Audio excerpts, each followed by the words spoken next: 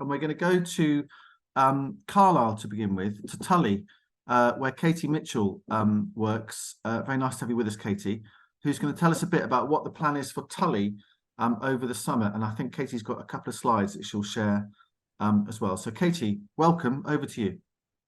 Well, thank you, Tom, and thanks for having us. I'm just going to quickly share my screen and show you what we have got going on. So hopefully some of you may have seen this advertising and this branding. I'm going to talk to you about our big summer programme that we've got on for the 6 weeks holidays, school holidays in Cumbria here, which started last week, and we have done 4 events since we've started that programme. We decided to do things differently this summer. We had an opportunity to use our temporary exhibition space, and a few of you might be familiar with that. It's where we've had exhibitions such as King Arthur, more recently Turner and Rembrandt, Paddington, Crosby Garrett Helmet all those years ago. So it's a huge space, really flexible space, and due to our capital development project, Project Tullie, we're currently working through the master plan on that. There's going to be some work starting on that this year. So we hadn't programmed in a summer exhibition. There was no program for an exhibition. So we've taken the opportunity to use that space, and it's been handed over to us in the commercial events team to use that space completely differently, something that we've never really tried before. So we have 6 weeks in the school holidays to program that for family activity. So we have a whole range of things going on. We wanted shows, we wanted some headline activities, which we've programmed in. All the activities and events that are happening in the space are ticketed. So general museum admission is separate. So the events in this space in the temporary exhibition, all ticketed, all different, and all different kind of pricing levels as well for that. We kind of, once we knew we had the time and the space, we started programming and what we wanted to put in there, and we used some suppliers that we've worked with before. I use a website called Add to Event, which is really helpful and useful for any of you that maybe are looking for suppliers. You kind of put on there what you want, and they come back to you with what they do, their availability and costs, and it's a really good way to get people involved. So we got in touch with them, we worked out the programme, and we also have a really good relationship with some local suppliers who've helped us transform that space from an exhibition space to an event space. So staging, PA system, there's catering in there. We work with our caterers here. So it was a really big effort to change that space around. That all happened last week within 2 days. We took King Arthur, we had a temporary photo exhibition in there. We took that down, and then we went into this, and it started on Saturday. So this is an overview of the programme that we have on. We've got magic, we've got science shows, we've got wildlife drop-ins and workshops. We have got silent discos and some kids clubs events such as Paw Patrol and Frozen, which have been very popular, as you can imagine. And our headline activity is something called Bounce Fest, a company based in the south of the county, and it is basically 10 days of inflatable festival, bouncy castles, slides, inflatable games, all of that. So that starts a week today. So we went on sale with this back in the end of May. We were quite pleased with the uptake. We have quite a last minute audience for buying tickets in Carlisle, but the uptake right from the start was really positive, and we found the word was getting out. We have a really big social media audience, and this is kind of the audience for this kind of events. We looked at our marketing plan. We kind of copied what we would do for a temporary exhibition. So external signage and banners around the museum, leaflet drops all around the county, and upgrading those kind of packages. And like I say, the social media side is huge. We also got in touch with schools within a 40-mile radius, sent this out and asked them to send it to their kind of parent mail groups and get it out to families that way. So we've had really good support. Like I say, really good ticket uptake so far. We are seeing a huge online demand for it. So 98.8% of our tickets are all online. And so far, we have seen about 82% of the audience are new to Tullie, and we can tell that by the ticket concessions. So we've set up obviously children's tickets, adult tickets, but then adult tickets for people who are already annual ticket holders at Tullie, and we've given them a bit of a discount as a benefit of them for their support of having an annual ticket already and their membership. So we can kind of tell who's new and who's already got the annual ticket. So about 82% at the moment are a new audience, which is exactly what we wanted to achieve. We wanted the 6 weeks to be new audience, driving footfall through the summer, and also income generation as well from a commercial point of view. We also have a shop and a cafe in the space as well, so that's secondary spend. We've got a pop-up cafe as well as the cafe that we have on site, and a pop-up shop again as addition to the shop that we already have. So you'll see on there, those are the kind of just an overview of some of the events that we've got on. We are still doing our community events, and we have also a lot of free family events as well, because we know that some of the events obviously ticketed, extra cost there, so we don't want to put barriers in the way for people that maybe can't afford that. So we have completely free drop-in crafts every Tuesday, Thursday and Saturday. We have free garden trails that people can do, so you don't need any annual ticket or any ticket to access those. And then there are some things that are included in your annual ticket as well, to give those people that already have that ticket an opportunity to come to the museum and the extra activity going on. So storytelling, we've got sketching on the galleries, we've got curator talks, our staff, we're doing a Roman dress-up day on a Monday, and we're getting collections out on the galleries as well and talking about that on the galleries. So there's something going on every day, the commercial stuff and the free community events as well. So we think we've got something there for everyone. Obviously the curator talks and tours and collection conversations. We maybe start for your more tourist audience, your adult audience that are coming for the day. But obviously there is a lot there for local families to come back time and time again throughout the summer and do something different on all those days. Going back to our commercial programme, we've got just under 7,000 tickets available for all of those events in the art gallery. We are almost halfway there, and that's a lot of tickets for us, but we've got about 4,500 of that 7 is for Bounce Fest. We've got 4 slots a day over 10 days, so there's a lot of tickets to sell there. We think once we've got that up and running and people see photos or word of mouth, that will pick up on the day. And I think we're the only place maybe that wants a bit of rain. We're not too fussed about the weather at the moment. We're quite happy with that. It's helping our numbers and getting people through the doors as well. So, and we are seeing a knock on of when we've got events programmed in, our footfall and the spends, the shop and the cafe are also up. So, a really busy program, and yeah, it's been really successful so far. We've had 2 sold out events already this week, and about just over 1,000 through the doors in that art gallery summer program as well. So. That's just to show you kind of the shop and the pop-up cafe that we've put into the art gallery. So kind of your pocket money spends in there. Our retail managers put that together. The cart there we actually borrowed from the market. We wheeled that through the centre of Carlisle. You may have seen that on our social media.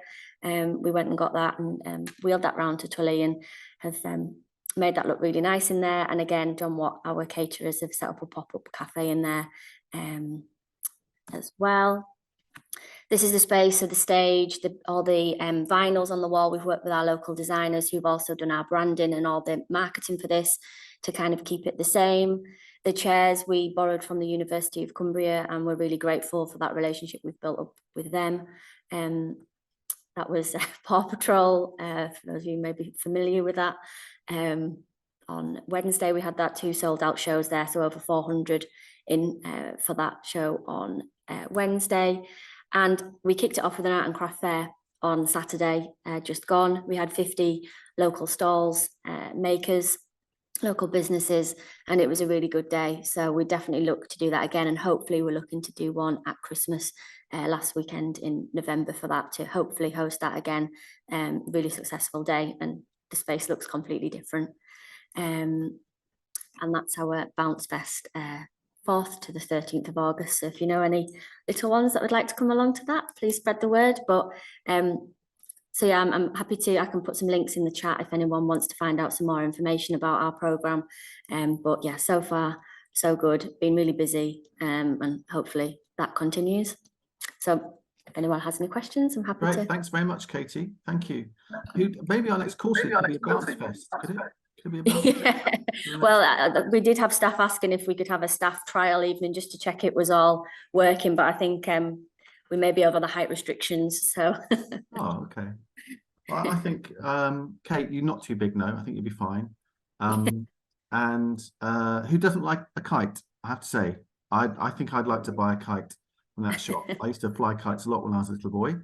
I used to have one of those 2-string ones that, you know, you could do loops and stuff with. So that looks great. Katie, thank you. And that's, you know, there's a couple of people said in chat, great marketing.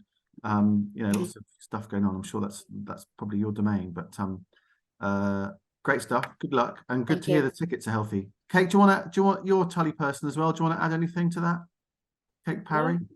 No, that's fine. Katie, well done. Thank you very much. It's there's loads going on, and it's great that there's something for everybody. Thanks, Katie. Lovely stuff. Thank you. All right, stick around. We're going to go down the M6 junction 40 along the A66 to Keswick now. Obviously, there are other ways: 595, then 591 down.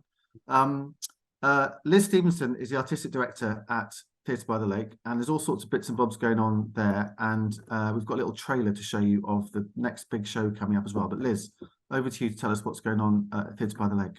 Hello everyone. Tom, should we talk about the theatre meeting later? Yeah. Yes. Brilliant. Why don't you talk about it at the end of your little bit now? That's fine. Okay. Yeah. Fab. Well, hello everybody. Great to see you all. Yeah, a little bit about what's happening at Theatre by the Lake over the summer. So we have, in terms of talent development and our work with local artists, we have Tour the Writer with Paynes Plough. Paynes Plough are one of the country's leading new writing theatre companies, and they are working with partners all over the country to do a 3-year intervention, which is about finding and developing and connecting writers. So if you're a writer at whatever stage of that journey, whether you're curious or whether you're an experienced writer, we'd love to hear from you. I'll put the details in the chat about Tour the Writer. It kicks off tomorrow at Theatre by the Lake. There's a full day event. I think we've got about 30 people signed up, which is really exciting. And one of our local writers, Nina Berry, who lives in Blindcrake, is kind of the sort of working with Paynes Plough to facilitate the day, which is fantastic. So you can still sign up for that on our website. And if you can't make tomorrow, it's not too late. It's just the first of many events. So just make sure that you look at the information on our website, and it'll tell you how to get involved further down the line if tomorrow is not an option for you. Just want to say hello to Lorna's doggy who's just arrived for us. Carry on, Liz. So yes, so that's a really exciting project for us over the next 3 years, and will be the main thing that we are offering for our local writers. We also have, and I'll touch on this later, but we've got a Cumbrian Creatives. Social to Cumbrian Creatives is our artist network. And that's on the 14th of August at 7:30, and you'll get a £10 ticket to watch 39 Steps, and there'll be drinks and nibbles and a chance to meet other theatre makers and artists from the region. And then 39 Steps. So 39 Steps, some of you may well have been to see it or have heard about a previous production of it on at Theatre by the Lake, I think in 2015. This is a brand new production. It's our co-production with Stephen Joseph Theatre in Scarborough. It's in the round, this one, so very different to the one that we had several years ago. I saw it when it opened in Scarborough, and it's really, really funny. It's hilarious. The performers are amazing. The two of the actors in the cast of 4 Have done a lot with Mischief Theatre Company, the play that goes wrong, that has done a lot in the West End. So they're really physical, they're clowns, and they're very, very good at what they do. So I really recommend that. So I think we've got a little taster, Tom, is that right? We have. Here it comes.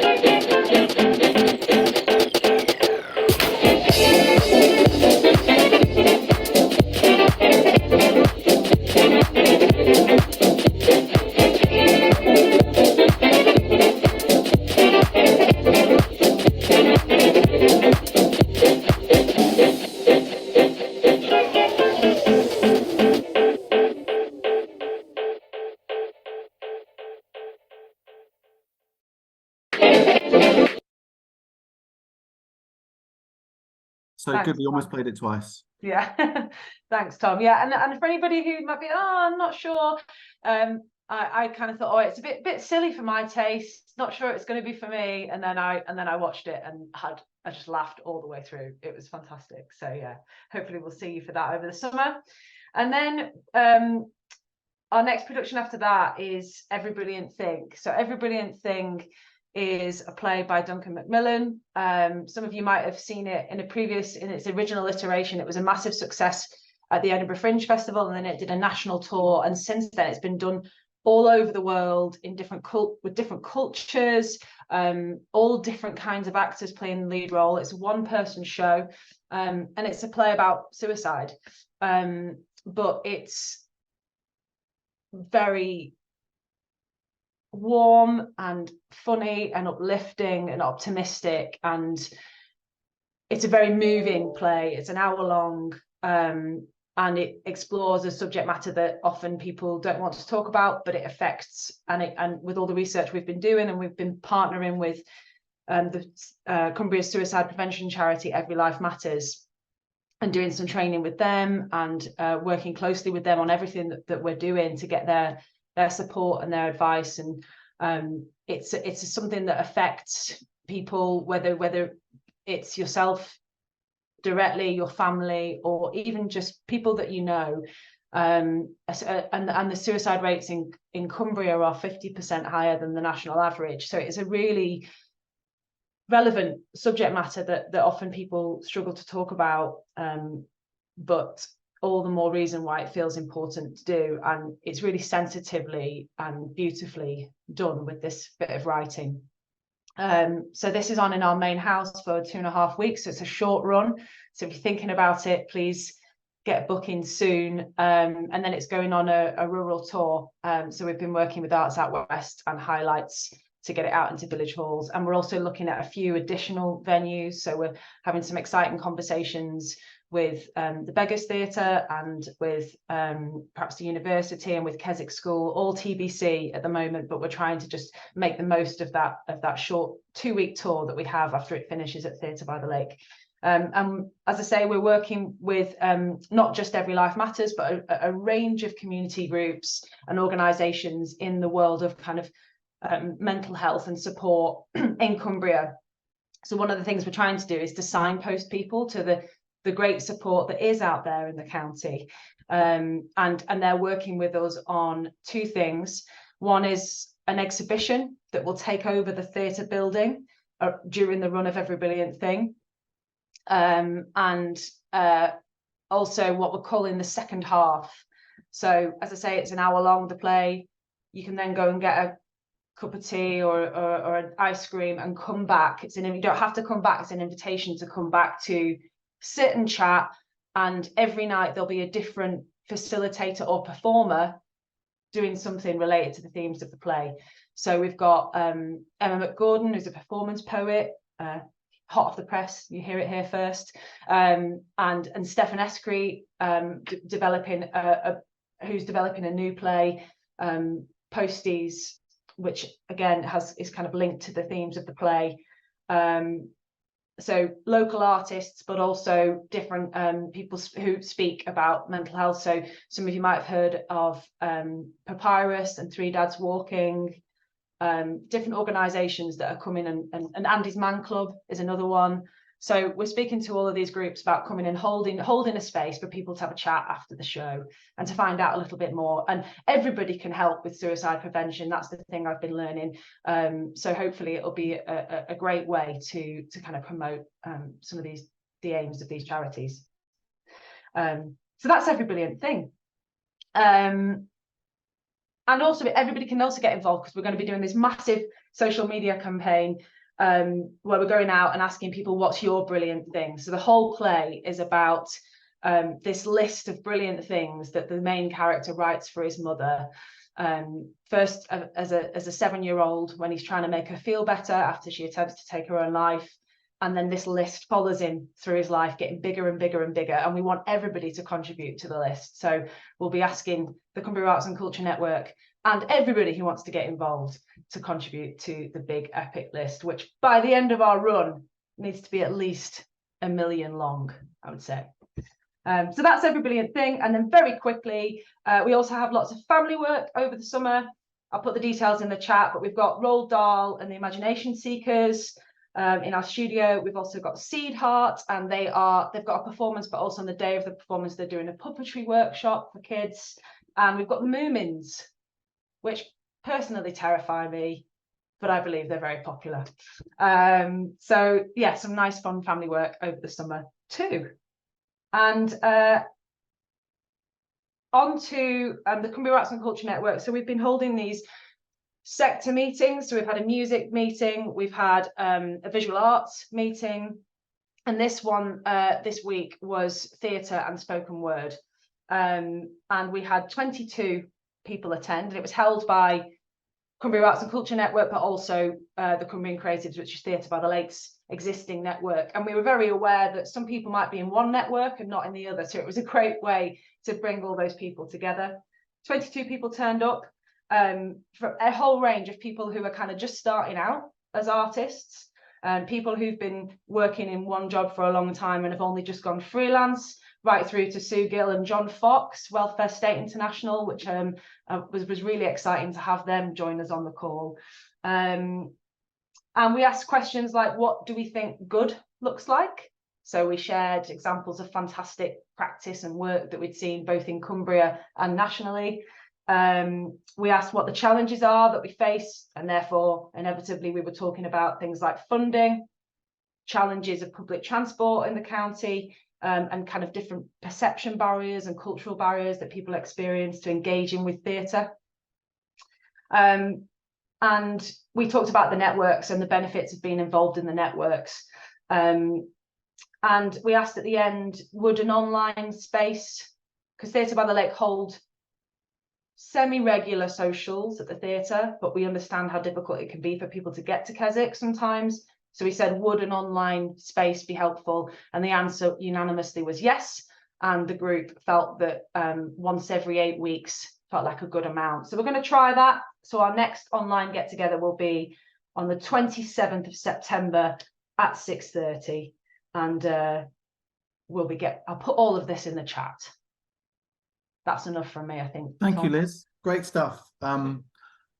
I'm looking forward to 39 Steps, and every brilliant thing I saw on a previous run at the old fire station in Carlisle, just when the old fire station had kind of recently opened, actually, and it was absolutely fantastic.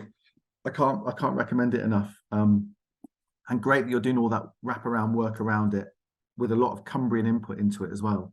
And the fact that it's going on a rural tour, etc., makes my heart sing too. So thank you ever so much, and good luck with all the events at Theatre by the Lake over the summer. Feels like it's on really good form. Thank you, Liz. So public transport's available in Cumbria as well. So we could take the X555, maybe it is, or we can chop down the 591 past Thirlmere and get to Wordsworth Grasmere, where Hannah Catterall is waiting for us to tell us a bit more about what the plans are there. So Hannah, the floor is yours. Thanks, Tom. Sorry if my internet ends up being a bit dodgy. I'm hiding in our library at the moment. It's nice and quiet and very, very cold, actually. So I think there's one big thing that I'll mention, and then I'll kind of talk about a couple of little small things. You've got about Um, 7 minutes, Hannah, at the most. I'm just warning you now. That's totally fine. Honestly, I don't have fancy slides. I'm just going to kind of chat about a few things. So there's kind of one big event coming up and a couple of smaller ones that I'll chat to you about.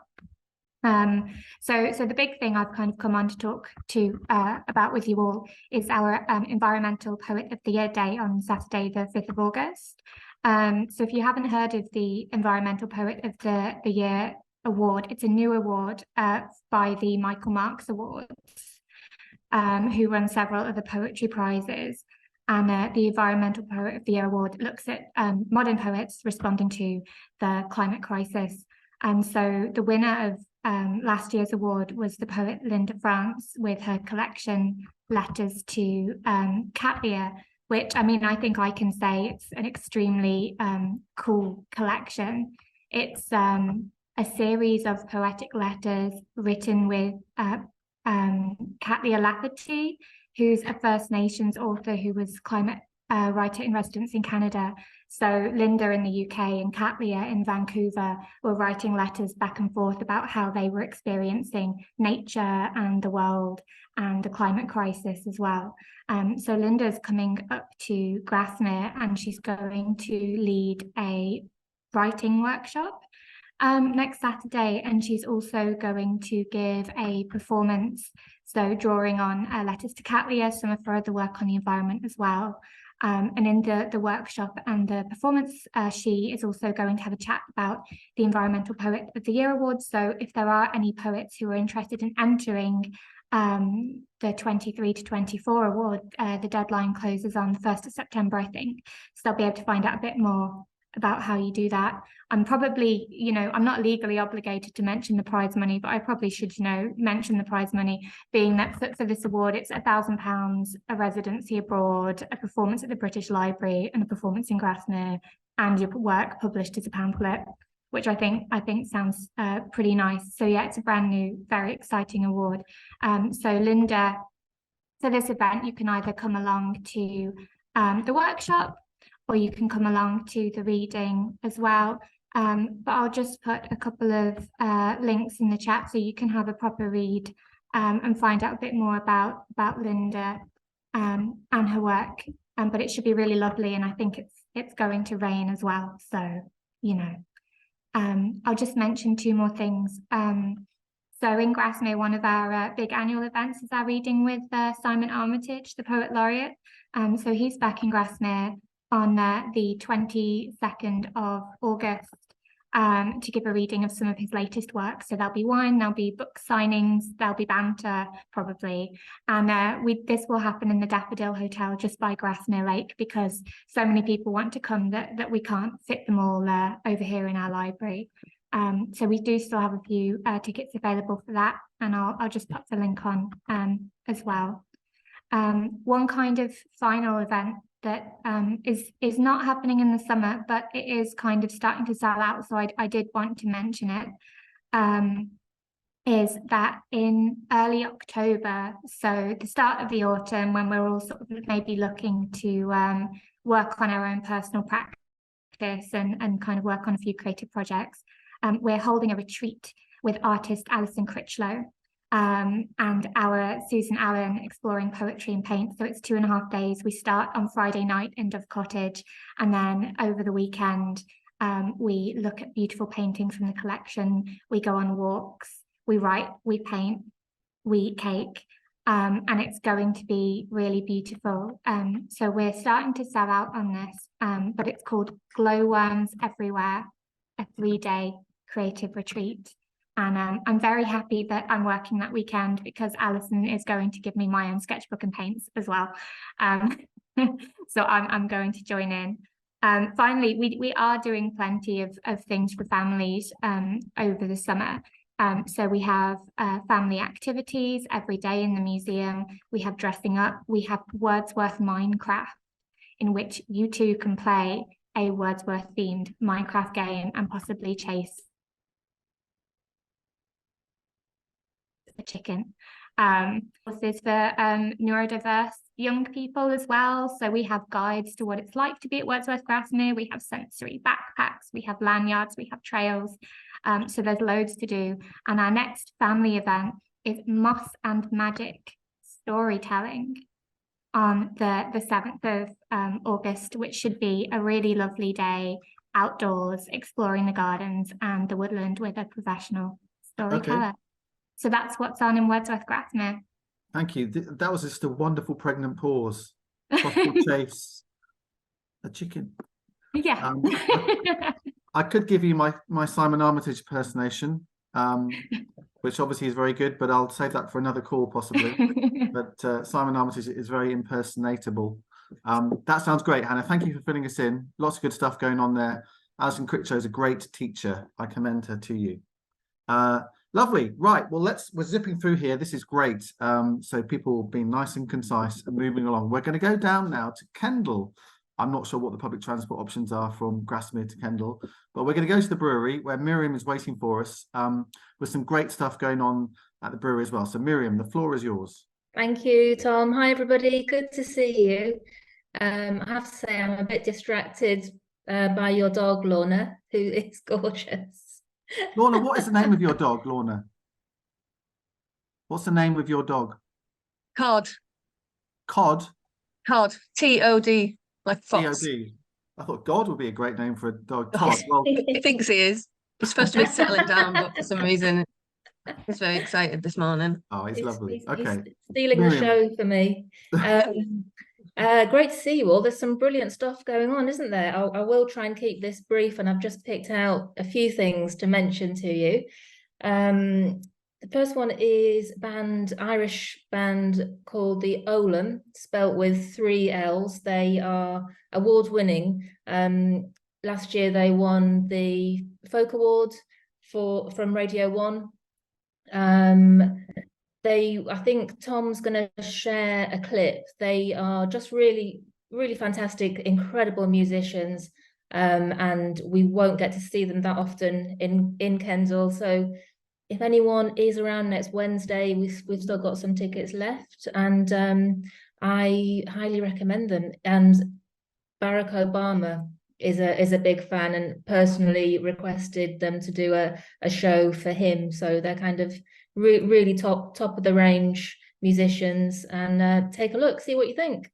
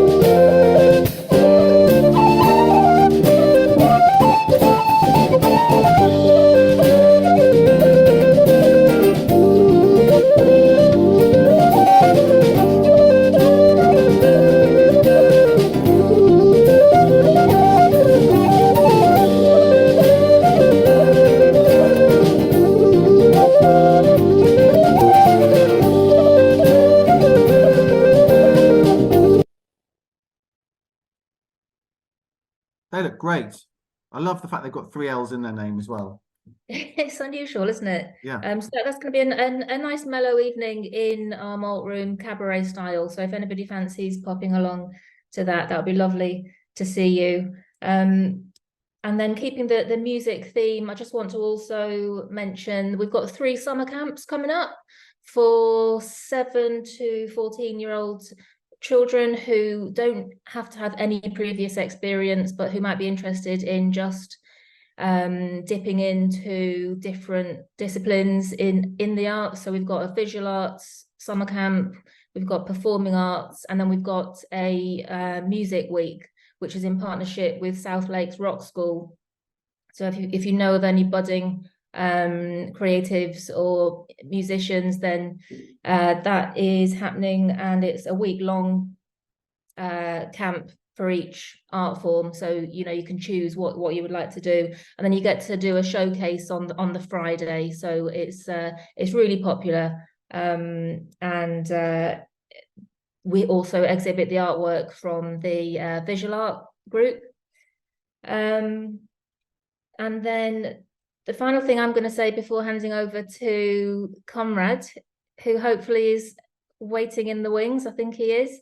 It's the Summer Sundays. So we do every summer, we have free music gigs every Sunday. So starting this Sunday, we've got free music in the garden. If you're around, please drop in. It's just a really lovely informal event, community event, and please keep your fingers crossed for dry weather, and it'll be even better.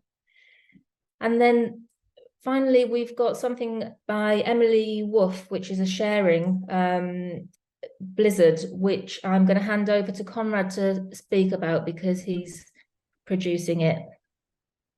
I'm going to keep my camera off because I'm on a train and I probably don't want to sound more like a Dalek than I probably do already. Thanks, Miriam. Yeah, so this is a project that is being made by Emily Wolf, she's got a long track record as a writer and performer, and she is taking this new show called Blizzard up to the Edinburgh Fringe, and it's the first time she's been on stage for probably about 20 years. She's probably best known for her roles in The Full Monty and Woodlanders, and as a playwright with hits such as Sex 3 and Revolver, and most recently as a novelist. She's got 2 novels out, The Whole Wide Beauty and Lightning Tree. But she's decided that she wants to go back to her first love, which is performing live in front of an audience.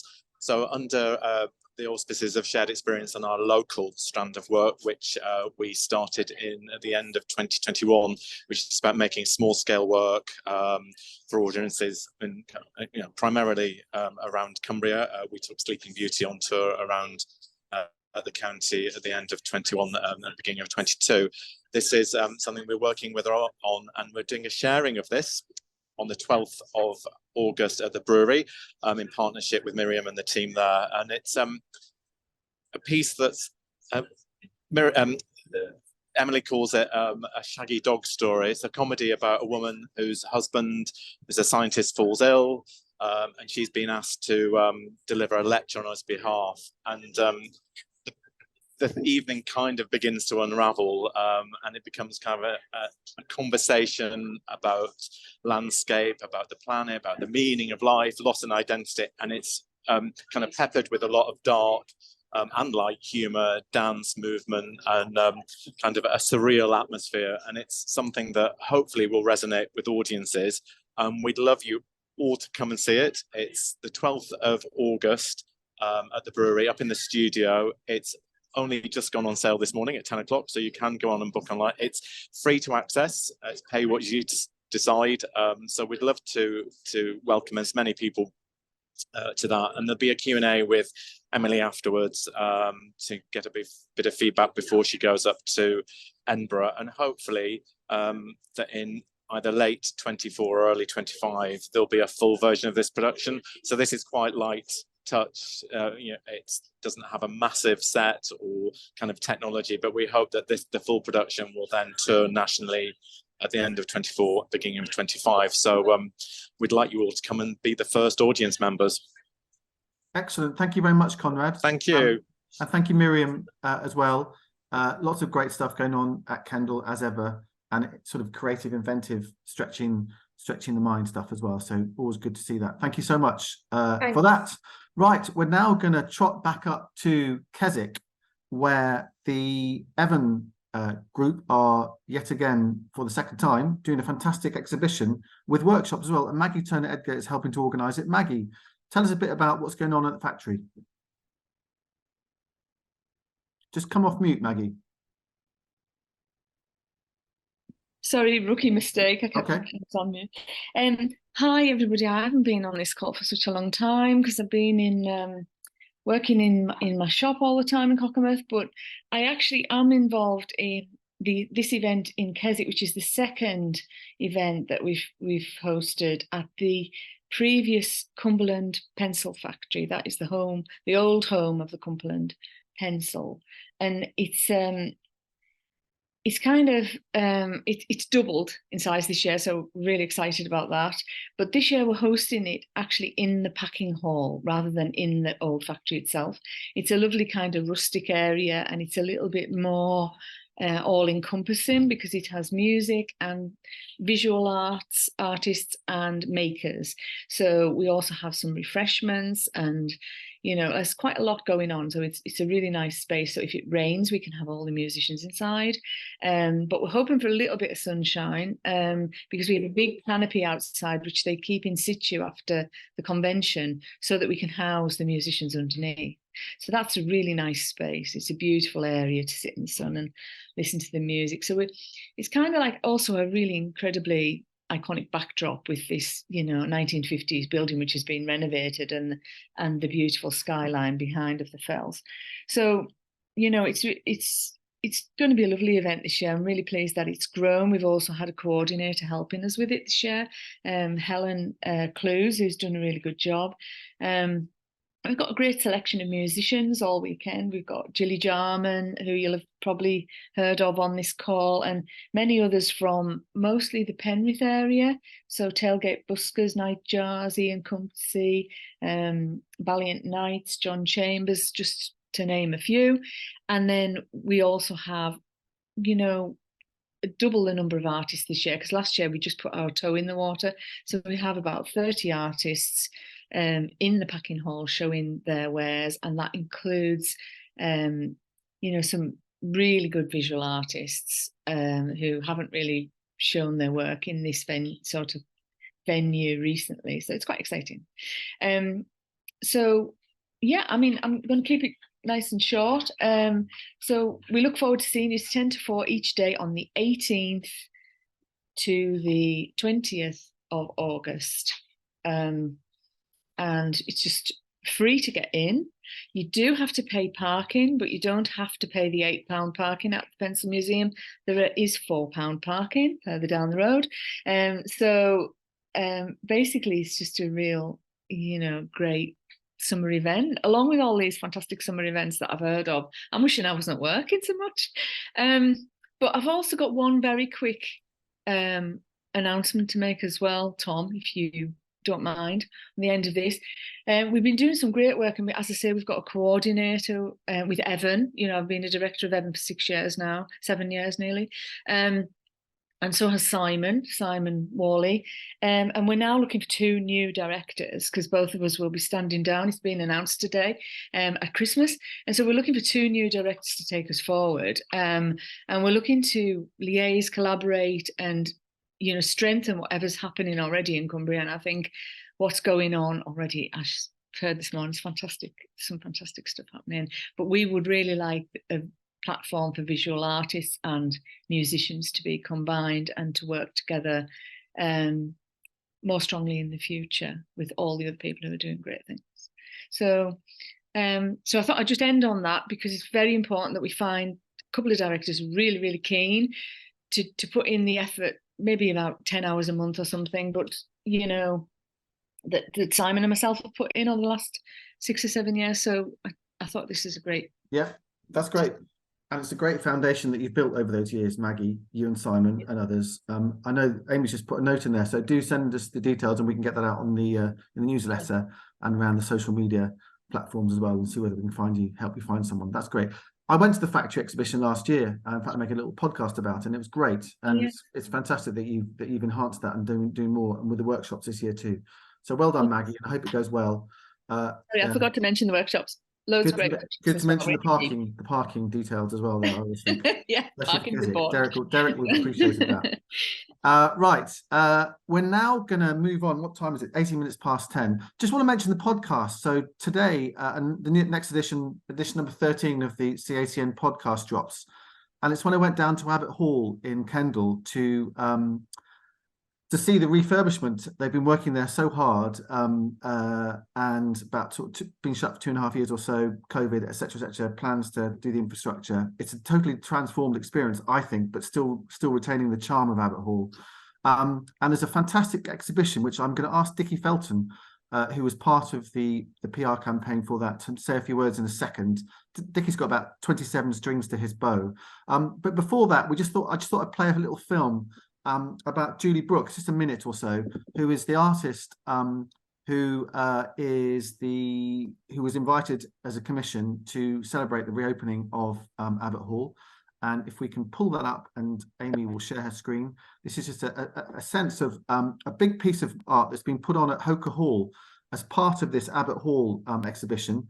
And this is just Julie talking about it, and I commend it to you. Work outside is always going to be changing. It's always, in a sense, going to be on the move. I know with heavy stone, you feel it's very sort of here and heavy and grounded. But actually, with the change of light, if it's rainy, if it's very windy, and then if it suddenly becomes sunny, you're going to get the most incredible range. My name is Julie Brooke, and I'm an artist. I normally work outside, and often in very wild parts of the landscape, where I will rearrange materials marginally to create a sculptural intervention with the land. Not flat, sort of sideways. So it's like that edge is going in this angle here. I wanted to bring big clogs of raw stone into a site to, in a sense, bring us nearer to how the stone feels when it's coming out of the ground. They have a very strong sense of scale and presence in themselves. And then through that to create, in a sense, as if a pile of stone has either just emerged out of the ground in this lovely big open park, or has just been dropped there by a giant lorry or even, glaciers from another time. And then the idea is to, with the chaos of the stone as they've been dropped in this pile, to then create a stepped walkway through the muddle of the stone, so that people can actually interact with a piece and feel that they're right inside the work. So that is a piece of the exhibition that's immense and stunningly beautiful, I think, in the Deer Park at Hoker Hall. So Dickie, tell us just a couple of minutes, Abbot Hall reopening, what you're doing, because I know, as I said, you've got all sorts of things that you're doing. Yeah, it's I wasn't expecting to see that video. I actually shot that video, so it's nice to see it again. Did you go up in your gyrocopter? I've got like a little drone. It's the closest I've come to crashing the drone that day, actually. But anyway, it was kind of running out of battery. That was all shot on the same day, so it was sunny one minute and then it was snowing the next. It's the coldest I've ever been in my life, but it was fantastic to be near Julie Brooke and see her working on that installation. I should probably just quickly say where I am now. Obviously, people kind of know me as kind of freelance PR and comms.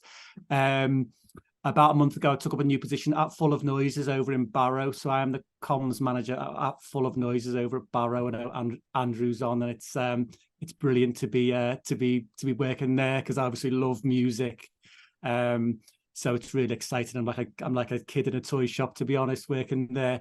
But just Abbot Hall's reopened. So I was working before starting at Full of Noises on the PR and comms for the reopening of Abbot Hall, part of the team there. It's been shut for 3.5 years. It's had a refurbishment. It's back open.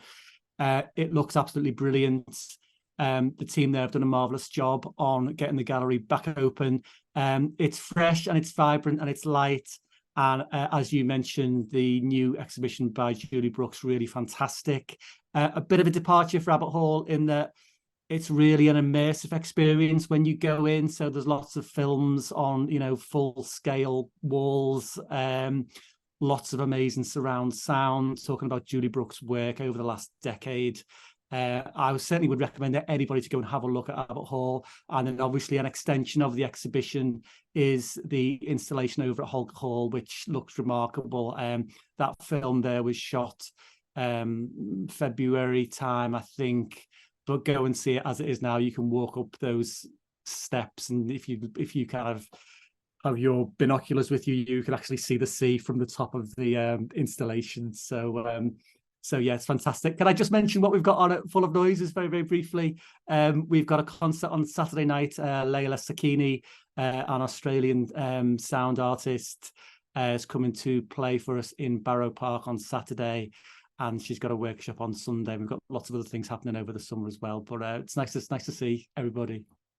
Thank you, Dickie. Thanks for all the work you do across the arts and culture sector across Cumbria. To answer your question, Fliss, I asked that very question to Lucy Cavendish, who owns Hoker Hall. I think it's 142 tons of stone or clog has been put there, and I don't think it's going anywhere soon, frankly. So I suspect it's there for quite some time to come. It'll still be there in weeks, if not months, if not years to come, I suspect. But it's great. Go and have a look at it if you can. And look out for the podcast that I made, and I interviewed Lucy and Julie and Rianne and various other people to do with the reopening. So hopefully you might enjoy that too. Right, we're racing towards 10:30. Amy was just going to mention about a refresh of the images for the website, and then Kate's going to have a couple of words towards the end as well. So Amy, over to you. Yeah, it's just a very quick one to say, everyone kind of keep your eyes open for some call outs that'll be on social media. And it's just that we'd like to, it's sort of long overdue, we'd like to refresh and update the images on our website. So that could be anything. It could be individual artists, images of their work, it could be festivals. You know, so if you're doing something like the, you know, for instance, the Pencil Factory event or any other event, and you've got some nice images, we'll put them on just the little slider bit on the bottom of the CSAN website, and it just kind of shows them off. All the images are credited at the bottom, and it's just, you know, this has been such a lovely morning, and it's full of everything. It's just another way to show off everything that's going on in Cumbria through the images. So yeah, keep an eye out for that call out. Thank you, Amy. Kate. Yep, I just want to finish up, as it's end of term, by saying a big thank you to the CACN steering group. Liz is here. She's still here. Yes, hello Liz, and thank you to Liz and Andrew Deakin, and all the other members of the steering group who keep us going through the year. I want to say thank you to Amy for being so marvellous behind the scenes and just keeping things ticking over, and nothing is ever too much trouble. So thank you, Amy, really very sincerely. And finally, a big thank you to Tom, because these radicals don't just happen. They take such a lot of work, and as Tom is often telling me, it's a beast that needs feeding. And it's, you know, it's a lot of work. And yeah, every time that we sit down and have one of these calls, it makes it all worthwhile. So thank you, a huge thanks to Tom for everything he does, from me and everybody in the steering group, and no doubt all of you as well. So I just want to say, gosh, we're going to be busy over the summer, aren't we? There's just so much to do. I feel like I need to set off and start seeing things right now, if only I didn't have to work. Yeah, thanks to you all for keeping coming, and we'll see you again. Tom? Thanks, Kate. Yeah, it's about life-work balance, isn't it? None of this work-life rubbish. It's about life-work. Work does get in the way sometimes. Thank you, Kate. Thanks for those kind words. Thank you to everybody who's contributed this morning as well. And if this is your first call, or you haven't been here for a while, then do come back for more. We're going to have an August break, and we're back on the 1st of September. So if you're getting a chance to get away or stop in work for whatever reason for a bit, have a nice break. Good to see you all. Thank you to everybody who's contributed this morning. Lots going on, which is kind of exciting and sort of quite what's the word I'm looking for? Enhancing to the spirit. The soul is lifted by finding out about what's going on. So thank you. This stuff doesn't just happen easily. It's all work, but it's great work. See you on the 1st of September. Have a nice weekend.